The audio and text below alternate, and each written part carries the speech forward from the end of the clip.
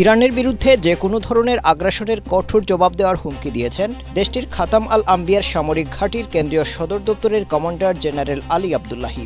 আল্লাহর প্রশংসা ও কৃতজ্ঞতা প্রকাশ করে তিনি বলেন, আল্লাহ ইরানি জাতিকে সম্মান, মর্যাদা ও মহত্ব দান করেছেন, যার ফলে মানবতার আধুনিক ইতিহাসের সবচেয়ে সংবেদনশীল মুহূর্তে ইরান আশ্চর্যজনক ঐতিহাসিক বিজয় অর্জন করেছে। তেহরানকে কেন্দ্র করে বিশ্বশক্তির এক নতুন জ্যামিতিক ভিত্তি স্থাপন হয়েছে। তিনি আরও বলেন, ইরানিদের এই মহান প্রতিরোধ ও বিজয় দেখিয়ে দিয়েছে ঐশী শক্তির প্রতি বিশ্বাস ও আস্থা, দেশীয় সক্ষমতার উপর নির্ভরতা যে কোনো আগ্রাসন মোকাবেলা করতে পারে এবং বিভিন্ন ক্ষেত্রে বিশ্বের সম্মান ও গৌরবের উচ্চ শিখরে পৌঁছে দিতে পারে।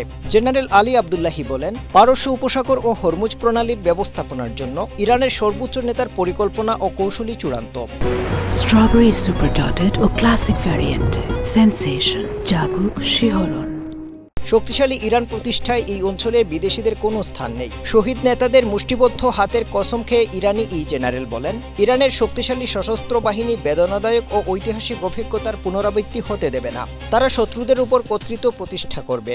ইরান যে কোনো আগ্রাসনের কঠোর ও ভয়ঙ্কর জবাব দিতে প্রস্তুত।